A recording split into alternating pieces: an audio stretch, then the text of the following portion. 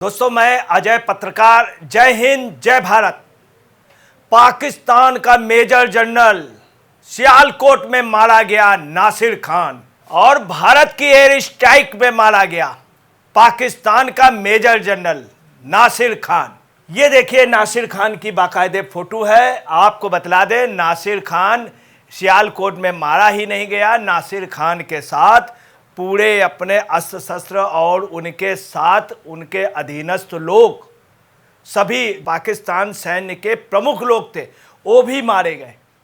आप यहां से अंदाजा लगा लिए, नासिर खान उन लोगों में थे पाकिस्तान में जिनको पाक सैन्य समस्याओं को सॉल्व करने का सबसे बड़ा अधिकारी के रूप में माना जाता था। एनएसए भी रहे।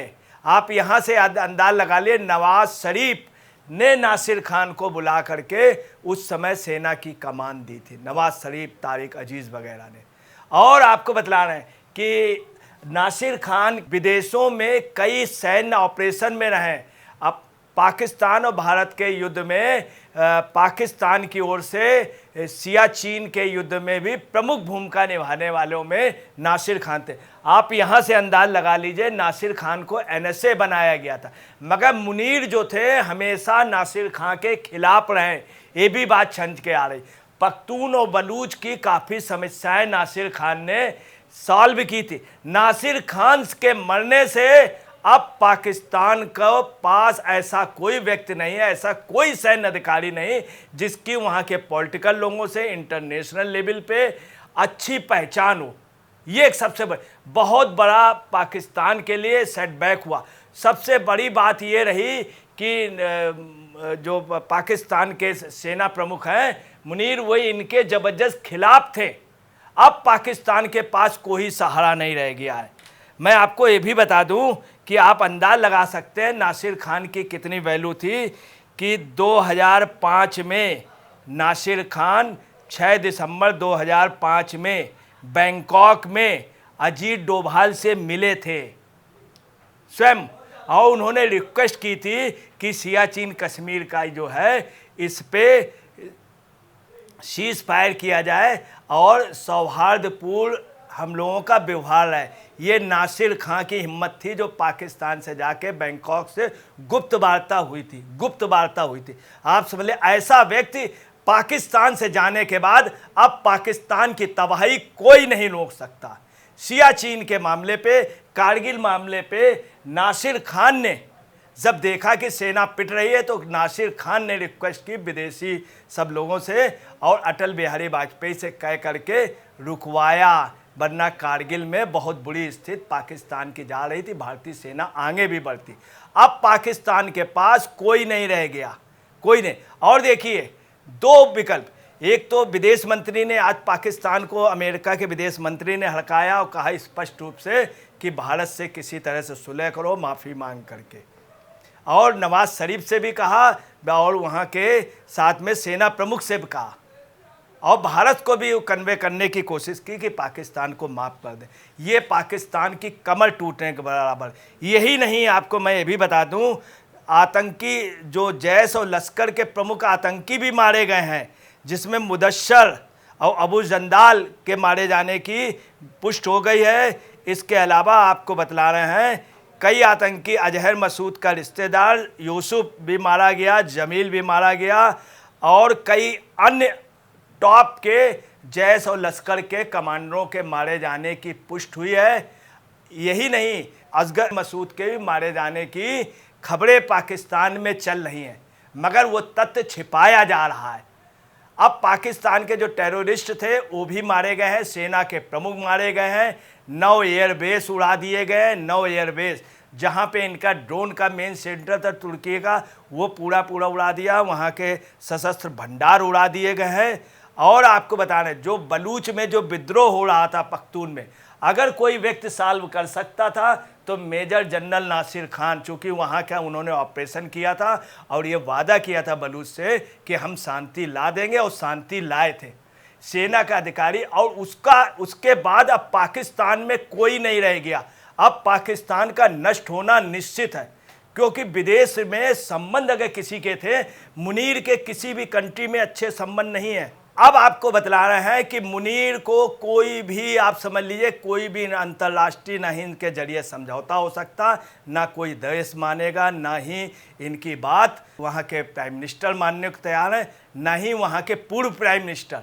अब पाकिस्तान के पास बहुत बड़ी हानि हुई है। ये भी आपको बतला दे, सबसे बड़ी बात थी major general Nasir Khan China विरोधी थे, चाइना विरोधी थे। ये भी एक पाकिस्तान के लिए, अब आपको आगे की जो स्थिति बतला रहे हैं कि पाकिस्तान में कई सेना के अधिकारियों ने अपनी पत्नी वगैरह फैमिली पहले भेज दी थी, सेना प्रमुख ने भी भेज दी थी, मुनीर ने भी, और तमाम लोग भेज रहे हैं, तमाम सांसद भाग रहे हैं, तमाम पूंजीपत पाकिस्तान से भाग रहे हैं, अपने जो परिवार को वो जो है पाकिस्तान से हटा रहे हैं। ये स्थिति है पाकिस्तान की। वहीं आपको बता रहे हैं पाक की जो सैन्य रीढ़ थी वो अब पूर्णतया टूट गई है। जहां से पाकिस्तान अटैक करता था, जहां जहां से ड्रोन, वो सारे बेस उड़ा दिए गए हैं, और आप जितने आतंकवादियों के अड्डे हैं वो उड़ा दिए गए हैं। इसके अलावा आपको बता रहे हैं सेना में भगदड़ की पोजीशन है। रेंजर ने स्पष्ट रूप से कह दिया है कि हम नहीं देख पाएंगे, हम नहीं संभाल पाएंगे, हमको आर्मी दीजिए और हमको पीछे कीजिए।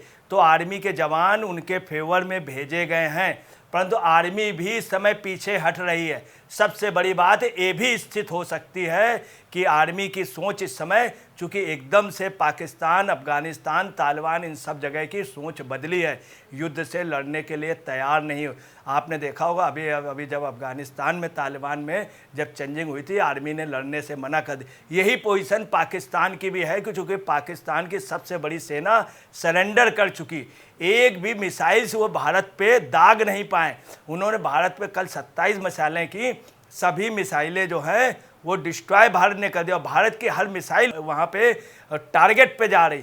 कुल मिला के आपको बता रहे हैं कि पाकिस्तान की अब कमर टूट गई। पाकिस्तान की आर्मी भी सोच रही सरेंडर तो हमको करना ही पड़ेगा, निश्चित तौर पे करना पड़ेगा, तो हम क्यों लड़ें, क्यों अपना खून बहाएं। ये स्थिति आ रही। एक सांसद ने इससे स्पष्ट कहा गया कि आप अगर युद्ध है तो आप बंदूक लेकर जाएंगे सीमा पे। उसने मना कर दिया, कतई नहीं जाएंगे, हम इंग्लैंड भाग जाएंगे। तमाम सांसदों की पोजीशन ये। पाकिस्तान का प्रमुख मंत्री कह रहा है कि जो भारत जो मिसाइल्स वगैरह छोड़ रहा है उसको हम इसलिए डिस्ट्रॉय नहीं कर रहे हैं कि हम देखना चाहते हैं कैसे बनी है, उसका हम अल्टरनेट या उसका तोड़ लें। इस तरह से पाकिस्तान बहाने कर रहा है। आपको ये भी बतला दें कि पाकिस्तान के पार्लियामेंट सांसद खुले रूप से कह रहे हैं कि जब प्रमुख जो कप्तान होता है अगर वो ठीक है तो सेना लड़ती है, अगर सेना बहादुर हो और जो सेना प्रमुख वो अगर कमज़ोर हो तो स्थिति होती है पतन की। स्पष्ट मुनीर के ऊपर, और आपको बतला रहे हैं मुनीर का पतन अब निश्चित है। अब देखिए भारत की कितनी बड़ी कामयाबी, सेना प्रमुख ने अपनी परिवार भेज दिया, डर गया सेना प्रमुख। विदेश सचिव से, विदेश मंत्री से अमेरिका के बातचीत करने में डर रहा था, और मेजर जनरल मारा गया सियालकोट में अपने सभी साथियों, पूरे कुनबे के साथ, सैन्य कुनबे के साथ। 8 एयरबेस के डिस्ट्रॉय हो गए, जहां पे इनका ड्रोन रखा था वो डिस्ट्रॉय हो गया। उनके मेन जितने अड्डे थे सब ये भारत की कामयाबी है चंद दिनों में। और पूरी दुनिया ताजुब मान रही कि जीरो टॉलरेंस नीति का भारत ने प्रयोग किया। भारत ने कहीं पहले अटैक नहीं किया, पहले पाकिस्तान ने गलती की, उकसाया, और भारत ने उकसाने का जवाब दिया। भारत का बहुत साफ स्पष्ट था, अगर छेड़ोगे तो छोड़ेंगे नहीं। यही हुआ कि पाकिस्तान ने छेड़ा और भारत ने छोड़ा नहीं। अब पाकिस्तान, आपको बतला रहे हैं, सिर्फ ये चाहता है कि कोई बचा ले, पूरे दुनिया में अपील कर रहा है मुझे बचा लीजिए। मगर पाकिस्तान का पतन, पाकिस्तान के टुकड़े का, आप लिख लीजिए, पख्तून, अब बलूच और पख्तून स्वतंत्र हो जाएगा। चूंकि मुनीर में इतनी हिम्मत नहीं है, जिस व्यक्ति में हिम्मत थी वो ही मार दिया गया। और भारतीय सेना ने, आप समझिए, पूरी पाकिस्तान की सैन्य कमर तोड़ दी है मेजर जनरल नासिर खान से के मरने। मुनीर को इतना अनुभव नहीं है। तो दोस्तों ये साफ है कि पाकिस्तान का आप जल्द ही पतन देखेंगे और पाकिस्तान सेना आत्मसमर्पण करेगी, चूँकि उसके खून में है। और पहले किया सन 1971 में किया, सन 1975 में किया, सन 1948 में किया और कारगिल में भी सरेंडर किया। दोस्तों नमस्कार, मैं अजय पत्रकार।